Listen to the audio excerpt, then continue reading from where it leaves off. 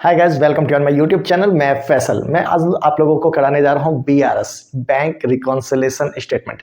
ये 11th class का एक इंपॉर्टेंट चैप्टर है, as well as CA foundation, CMA foundation, CS foundation. इन सब में ये चैप्टर जो होता है वेरी इंपॉर्टेंट रोल प्ले करता है। ये चैप्टर जो है बहुत ही आसान है, साथ ही साथ ये चैप्टर जो है हमारे डेली लाइफ से रिलेटेड है, एसोसिएटेड है। तो ये चैप्टर को अभी हम सीखने जा रहे हैं। चलो इस चैप्टर को जानने से पहले थोड़ी सी एक बेसिक चीजों को समझते हैं। आप एक बात जानते हो कि आज के टाइम पे जितने भी बिजनेसमैन हैं वो सारे के सारे ट्रांजैक्शंस जो है मोस्टली बैंकों के साथ करते हैं। यानी बिजनेसमैन जो होता है अपना एक अकाउंट बैंक में खोलता है। तो जो अकाउंट बैंक में खोलता है उसके लिए वो अपने यहाँ कैश बुक में एक अलग से कॉलम बना लेता है, बैंक का कॉलम, जिसमें वो बैंक से रिलेटेड जो ट्रांजैक्शंस होते हैं उनको उसमें रिकॉर्ड करता है। इसी तरीके से बैंक भी अपने यहाँ क्या करता है, आप जितने भी बिजनेसमैन होते हैं जो उसके कस्टमर्स होते हैं उनके लिए अलग से एक लेजर अकाउंट खोलता है, जिसमें उनसे रिलेटेड जितने भी ट्रांजैक्शंस होते हैं वो उसमें रिकॉर्ड करता है। बैंक जो होता है पीरियोडिक रूप से कुछ कुछ समय के बाद अपने कस्टमर को जितने भी जो ट्रांजैक्शंस हुए हैं उसका एक स्टेटमेंट भेजता है, जिसको हम बैंक स्टेटमेंट या पासबुक कह सकते हैं। यानी एक तरह से कहो कि बैंक का जो पासबुक होता है वो, जैसे बैंक में जो हमारे खाते खुले हुए हैं तो बैंक हमें क्या कर रहा है, एक पासबुक दे रहा है। पासबुक क्या है, तो आप कह सकते हो कि बैंक में जो कस्टमर के खाते होते हैं उसका एक फोटो कॉपी या जीरोक्स कह लो आप, ये पासबुक है। इसको हम बैंक स्टेटमेंट वर्ड भी लिख सकते हैं, हम चाहो तो यहाँ पे आप स्टेटमेंट वर्ड भी लिख सकते हो, इसको हम बैंक स्टेटमेंट कह सकते हैं। ठीक है। अब ऐसे ही जो हम अपने यहाँ क्या करते हैं, हम कैश बुक बनाते हैं। तो कैश बुक जब बनाते हैं तो हम उसमें एक कॉलम बना देते हैं, बैंक का कॉलम। ठीक है। अब हमारा जो नियम होता है उसको आप थोड़ा सा समझो। हम क्या करते हैं, जितने भी पैसे डिपॉजिट कर रहे होते हैं वो सब डेबिट में डालते हैं अपने यहाँ। बैंक इसी चीज को अपने यहाँ क्या करता है, क्रेडिट में डालता है। यानी हम जो डिपॉजिट अपने यहाँ शो कर रहे हैं वो बैंक हम अपने यहाँ डिपॉजिट को डेबिट साइड में शो कर रहे हैं। तो हमारे यहाँ डिपॉजिट्स तो इधर आ गया। अब बैंक जो होता है उसको अपने यहाँ जो डिपॉजिट्स उसके पास, जब हम कस्टमर्स की डिपॉजिट्स होती है वो अपने यहाँ क्रेडिट में डालता है। एक तरह से कहो कि कस्टमर्स के उल्टे साइड में बैंक का बैलेंस आ रहा है। अब ऐसे कि कस्टमर जितने भी पैसे विड्रॉ करता है तो कस्टमर अपने अकाउंट में क्रेडिट में डालता है। बाय में विड्रॉ अगर कुछ भी कर रहा है तो वो इधर लिख दिया। अब जो बैंक होता है जितने भी विड्रॉ वाले अमाउंट्स होते हैं उनको डेबिट में लिखता है, टू करके विड्रॉ कर दिया वो। अब आप एक बात समझ रहे हो कि जितने भी ट्रांजैक्शन है वो तो बैंक और कस्टमर के बीच में हो रहा। तो जैसे कस्टमर अपने यहाँ कोई भी चीज डिपॉजिट करेगा तो कस्टमर ने अपने यहाँ डेबिट में दिखाया, बैंक अपने यहाँ क्रेडिट में दिखाता है। ऐसे ही जैसे ही बैंक से कुछ अमाउंट्स विड्रॉ करता है तो वो अपने यहाँ क्रेडिट में दिखाता है और बैंक उसी चीज को अपने यहाँ डेबिट में दिखाता है। तो इस बात से तो साफ समझ में आ रहा है कि इनके आपस के ट्रांजैक्शंस तो टैली करने चाहिए। लेकिन अगर हम जब एक्चुअल में बैंक स्टेटमेंट को या पासबुक को कैश बुक से टैली कराते हैं तो सो मेनी डिफरेंसेस मिलते हैं। इसकी वजह से क्या होता है कि कैश बुक में बैलेंस कुछ अमाउंट दिखा रहा, मान लो यहाँ पे 1 लाख रुपए दिखा रहा, तो जरूरी नहीं है कि इसका अमाउंट भी 1 लाख होगा। हो सकता है 1,02,000 हो या हो सकता है 98,000 ही हो। तो ये जो डिफरेंसेस होते हैं जो कैश बुक में और पासबुक में, ये डिफरेंसेस जो होते हैं वो क्यों होते हैं पहले हमें ये समझना है। और फिर उस डिफरेंसेस को हम रेक्टिफाई करते हुए या रिकॉन्सिल करते हुए हम क्या करते हैं, एक स्टेटमेंट बनाते हैं। उसी को हम बैंक रिकॉन्सिलेशन स्टेटमेंट कहते हैं। यानी कह सकते हो कि बैंक रिकॉन्सिलेशन स्टेटमेंट एक स्टेटमेंट है जिसके थ्रू कैश बुक और पासबुक के जो डिफरेंसेस होते हैं उनको रिकॉन्सिल किया जाता है। ऑलराइट, चलो तो अब हम इसको समझेंगे कि आखिर कैश बुक और पासबुक में डिफरेंसेस होता ही क्यों है। तो इसके डिफरेंसेस के 2 ही रीजन हैं, एक टाइम गैप की वजह से और दूसरा एरर्स की वजह से। तो चलो हम उसको थोड़ा डिटेल से पढ़ते हैं, क्योंकि वो थ्योरीज में भी इंपॉर्टेंट रखता है, एज वेल एज हम जब प्रैक्टिकल करेंगे तो उन्हीं पॉइंट्स के थ्रू हमें सारे प्रैक्टिकल क्वेश्चंस भी डील करने हैं। तो चलो आप उसे ध्यान से नोट डाउन कीजिए। तो चलो हम सीख रहे हैं काउजेज ऑफ डिफरेंस, यानी डिफरेंस के क्या कारण है। जो कैश बुक का जो बैलेंस होता है और जो पासबुक का बैलेंस होता है ये अलग अलग क्यों होते हैं, हमें ये समझना होगा। इसके 2 रीजन है। एक होता है ड्यू टू टाइम गैप, यानी difference caused by the time gap in recording transactions, यानी हम ट्रांजैक्शंस को जो रिकॉर्ड करते हैं उसमें टाइम गैप की वजह से दिक्कतें आती हैं। और दूसरा काउज होता है कि जो डिफरेंसेस हैं वो एरर्स की वजह से, गलतियों की वजह से, दोनों जो कैश बुक और पासबुक के जो डिफरेंसेस होते हैं वो अलग अलग आते हैं। तो अब चलो हम पहले अभी सीखते हैं कि आखिर काउजेस ऑफ डिफरेंस, जो टाइम गैप है उनकी वजह से क्या डिफरेंसेस होता है। टाइम गैप का मतलब एक जगह रिकॉर्ड करने का टाइम और दूसरे जगह रिकॉर्ड करने का टाइम, यानी जो हम कैश बुक में रिकॉर्ड करते हैं उसकी टाइमिंग और जो जो पासबुक में एक्चुअल में रिकॉर्डिंग होता है या जो बैंक अपने खाते में जो अकाउंट में रिकॉर्ड करता है, इन दोनों के टाइमिंग का जो डिफरेंस होता है, जिसकी वजह से डिफरेंस अराइजेज होते हैं उनके बैलेंसेज। तो चलो, ये जो टॉपिक मैंने बताया, check issued but not presented for payment in the bank, यानी कई बार क्या होता है हम चेक इशू करते हैं किसी पार्टी को और वो पार्टी उस समय में किसी काउजेस की वजह से बैंक जाकर पैसे नहीं निकालता, तो इसकी वजह से क्या होता है कि हमारा जो पासबुक है और जो हमारा कैश बुक है, इन दोनों के बैलेंसेस में डिफरेंसेस होता है। चलो इसको एक एग्जांपल से मैं समझाता हूं कि सपोज करो मेरे अकाउंट में 1 लाख रुपए का बैलेंस है। अब मैंने मिस्टर ए और मिस्टर बी इन दोनों को 10-10 हजार रुपए का चेक पेमेंट किया। अब मिस्टर ए तो अभी तुरंत गए बैंक के काउंटर पे चेक को प्रेजेंट करके पैसे निकाल लिए, लेकिन मिस्टर बी के पास टाइम नहीं मिला, तो मिस्टर बी जो है वो किसी काउज की वजह से आज या 2-4-10 दिन, 1 हफ्ते तक वो बैंक जा ही नहीं पाए। तो मैंने तो अपने अकाउंट में क्या माना कि मैंने 10 और 10 20 हजार रुपए का चेक इशू किया, तो मेरे अकाउंट से 20 हजार रुपए कम हो गए, यानी मेरे कैश बुक में अब 80,000 पड़े हुए हैं।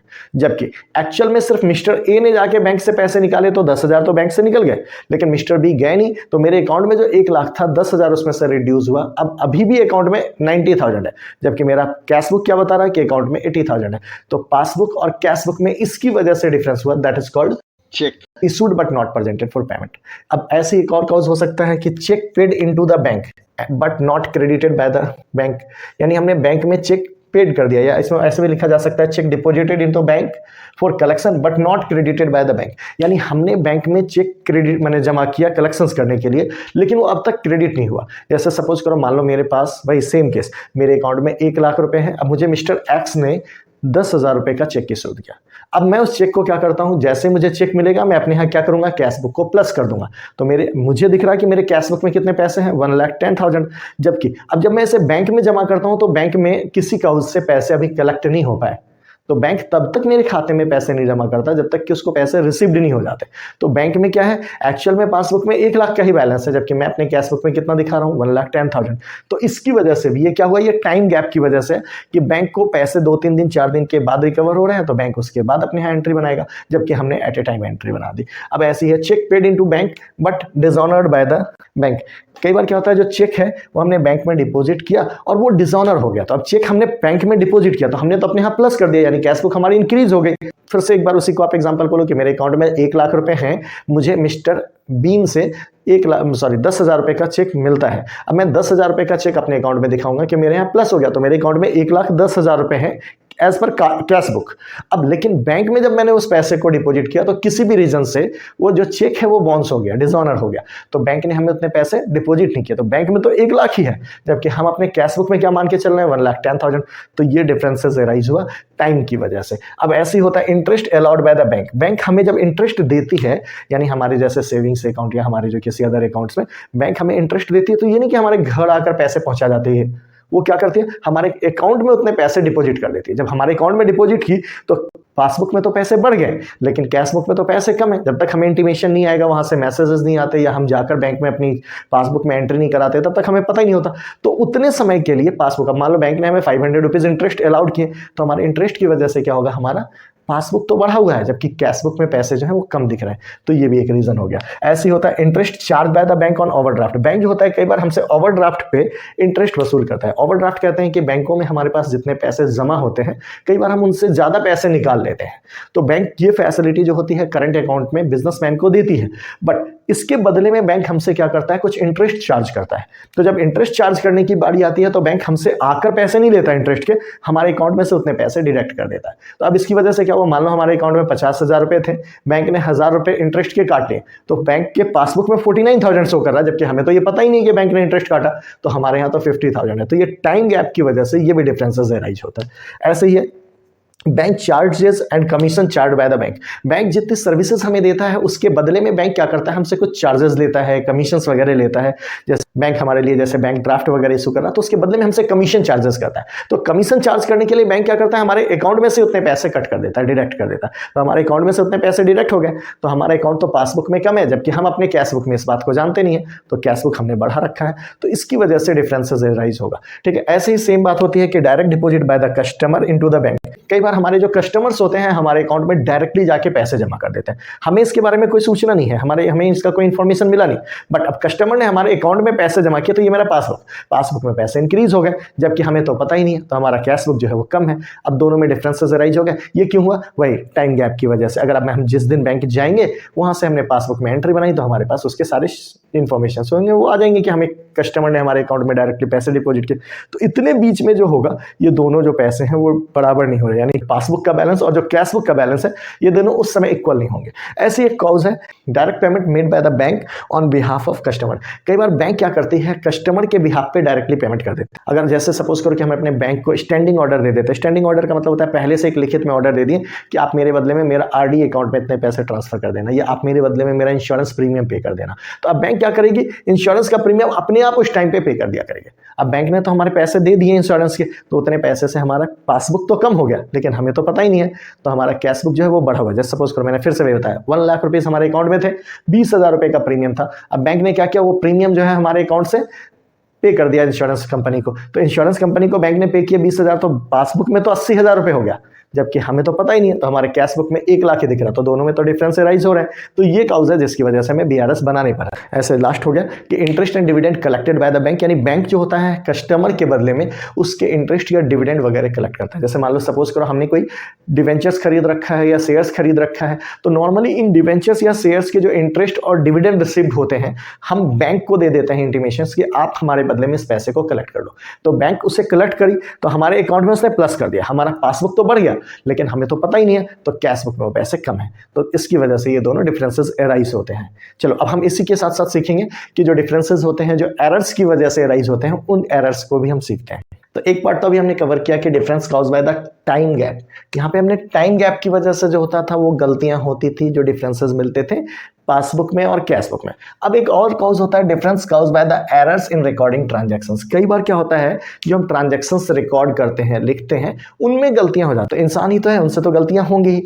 अब एक बात समझो, इसमें गलतियां हो रही हैं तो इसमें एरर्स कमिटेड बाय फर्म। कई बार फर्म खुद ही गलती कर देती है। क्या गलती कर सकती है? तो check issued but not recorded, यानी चेक इशूड टू हमने अपने किसी क्रेडिटर्स को चेक तो इशू कर दिया लेकिन हमने अपने कैश बुक में एंट्री करना भूल गए, हम लिखना भूल गए। तो अब चेक हमने इशू किया, अब वो पासबुक में तो कम हो जाएगा क्योंकि बैंक तो उन्हें पेमेंट कर देगी, लेकिन हमें याद नहीं रहा लिखना, तो हमारा कैश बुक जो है वो बढ़ा हुआ है। समझ रहे हो कि जैसे सपोज आपने मिस्टर ए को कोई पेमेंट किया तो आपको अपने कैश बुक में लिखना चाहिए था कि माइनस करोगे, क्रेडिट में डालोगे उतने पैसे कि आपने चेक इशूड है, बट आप लिखना भूल गए। बट वो जो मिस्टर ए हैं वो जाते हैं बैंक और बैंक से पैसे निकाल लेते हैं, क्योंकि आपका एक्यूरेट आपका ही इशू किया हुआ चेक है और सिग्नेचर्स वगैरह सारी चीजें सही से हैं, तो क्या होगा, बैंक आपको आसानी से पेमेंट कर देगी उनको। तो हमारा पासबुक तो कम हो गया लेकिन कैश बुक में तो पैसे बढ़े हुए हैं क्योंकि हमने तो यहाँ लिखा ही नहीं। ऐसे एक और कॉज हो सकता है कि cheque deposited but omitted to be recorded. कभी कभी क्या होता है एक ही दिन में हमें कई चेक्स मिल जाते हैं। अब चेक्स मिले, हमने उन्हें क्या किया, उसी दिन बैंक में भेज दिया, तो बैंक में तो पहुंच गया, बैंक में पहुंचते ही क्या होगा, 1-2 दिन में उसका कलेक्शन होगा, कलेक्शन के बाद हमारे अकाउंट में पैसे डिपॉजिट हो जाएंगे,